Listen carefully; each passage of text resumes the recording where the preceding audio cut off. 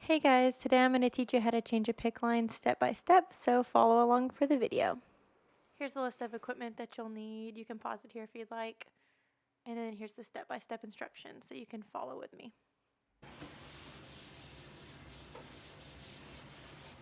So I'm going to walk you through changing a baby with a trifurcated PICC line. So we would be doing 3 lines. We'd be doing a med line, a TPN line in this case, and also a lipid line. Chances are, if you only have a bifuse connected to your baby, which is this one, then you would only have a med line and either a heparin line or a TPN line.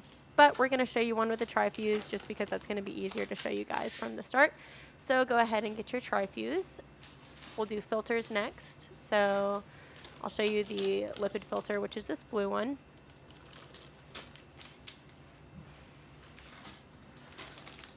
Next, you'll attach a small bore line.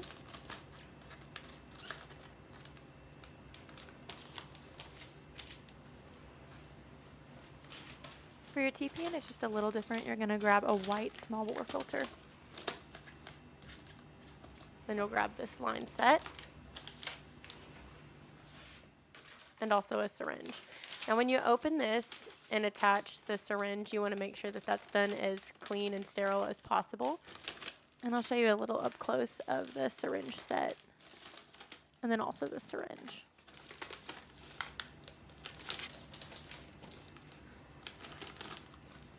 And last but not least is the med line. You'll get another micro bore line. Then you'll get a blue filtrette and a syringe.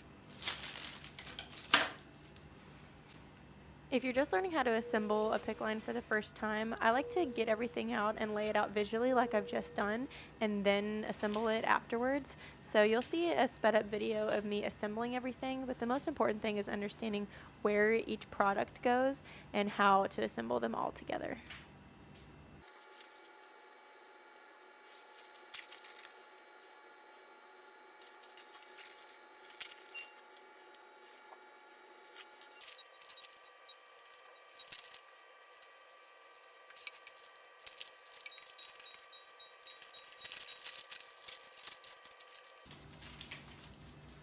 I'd like to point out the importance here of opening the syringe administration set, which is the thing I'm opening right now, and immediately attaching it to the syringe as clean and as quickly as possible, because a lot of infiltrates can get in through here, and that's the last thing we want for our babies. So attach it quickly.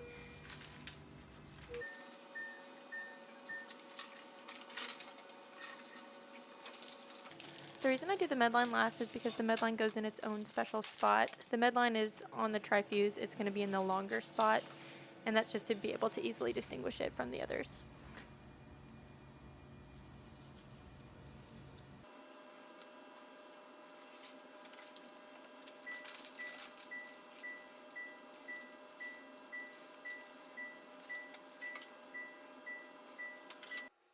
Now that everything's attached, let's go ahead and prime it all. I've already primed my med line, and now I'm priming my lipid line and clamping each of them off as I go along, making sure that there's no air bubbles at all.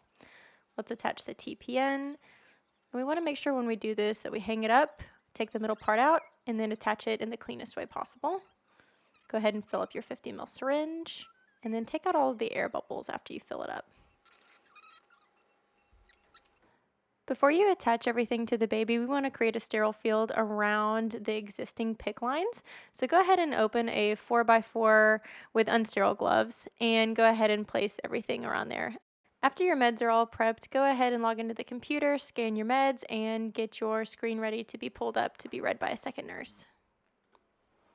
Next, we're going to prep the sterile field. The way I have it set up right now, I've already prepped everything, but you'll see 3 or 4 pieces of the chlorhexidine squares, 5 ml syringes. You'll see the heparin with the attacher for a sterile pull, and then you'll see me putting on some sterile gloves. Remember that you've got about 1/2 inch to 1 inch of unsterile section around your sterile glove field. And remember to drop items like the 5 ml syringe away from you, open them away from you, and drop them at about 6 inches high. Remember, you can fix your sterile gloves after you've put them all the way on. Don't try to fix them while you're putting your hand in. If you get a finger stuck, don't worry about it, and then just fix it with your other glove after you get it inside. With your gloves on, go ahead and grab your syringe, and we're going to sterilely pull about 3 mils of heparin out of this unsterile heparin syringe. And before we disconnect the old lines, we're going to go ahead and take some of those chlorhexidine squares, and we're going to clean that area for 30 to 60 seconds, and then let it dry for about 15 seconds. Next, go ahead and disconnect the lines and clean it, but make sure you let it dry for the full 15 seconds before connecting the heparin. Next, go ahead and grab that heparin that we'd set aside. Make sure that there's 0 air bubbles in it. Attach it to infant, and you're going to slowly pull back. You're just going to pull back till you see blood return. You can see it returning right there. And then you are going to slowly flush. I do about a half a mil of heparin just to make sure that it flushes. You will get some resistance here, and that's okay. If it doesn't flush, go ahead and call your PICC nurse or charge nurse, and they'll tell you what to do from there. Next, disconnect it. I like to make sure that the line's running. You can see there's a liquid bubble forming at the top, and connect it. Then you're all done changing your PICC line. Congrats!